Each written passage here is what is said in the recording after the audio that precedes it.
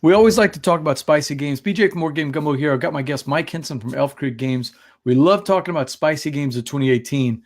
And the number one game that's on the list on that show notes that we have is one I definitely want to talk to you about. It's burning up. It's burning up everywhere. It's on social media. I'm talking about KeyForge. Mike. It is. Tell us about your experience with KeyForge so far.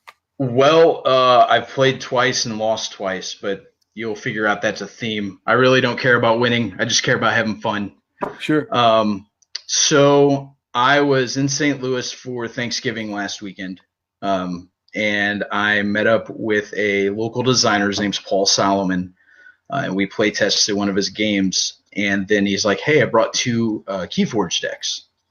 And I'm like, "What are you talking about? You brought KeyForge?" I'm like, Do I "Okay." have is that one of your decks that I have up there? I'm not sure, but It might be. It kind of looks familiar. It looks like one of Paul's decks. It might be one of mine. I'm not sure. But hey, Jesse Fernandez checking in. What's up, Jesse? Thanks for checking in on the show. Hey, what's up, Jesse?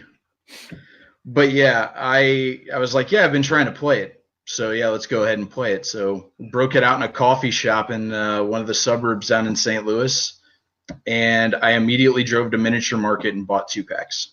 So what is attracting you to KeyForge? As opposed to all the other games that are out there. I mean, it seems like there's a million card games. Why KeyForge?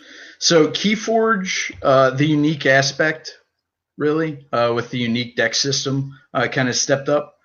I actually discussed that with Jamie from Stonemeyer Games and also JR Honeycutt for a little bit during Design Day this year, about kind of the uniqueness of the game. So that was the first reason.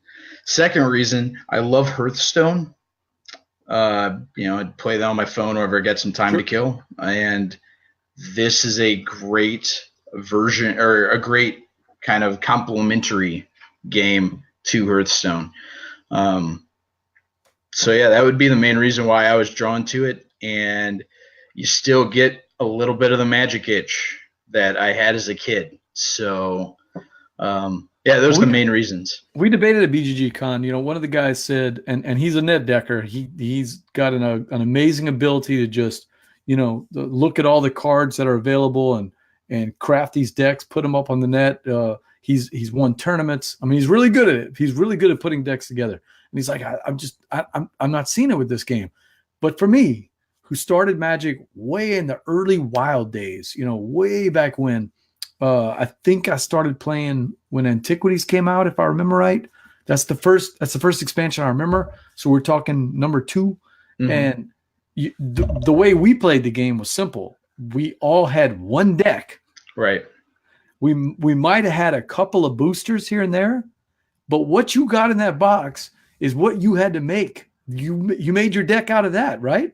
Mm-hmm. And we played each other. There was a little bit of trading. If you had a black card, that and you didn't have much swamp in your deck, well, then maybe it's not something you could use. So you might trade it to somebody in exchange for a color you could use. Right. But that was few and far between. You played out of your deck, and if you wanted a new experience, you bought a new deck. Mm-hmm. So definitely that appealed to me right away. It felt like the original version of Magic that Richard Garfield said he designed. It was supposed to be limited cards, play out of your box, and the social aspect of trading. Now the trading is out with this, with this game with KeyForge, but that joy of popping open a deck and going, man, there's some combos in here. I just got to find them. That's Magic to me. Oh yeah, I really have enjoyed my couple of plays so far. I don't know if there's any tournaments up here in Champaign, but once the Kickstarter is over, I probably will find one if they have one. So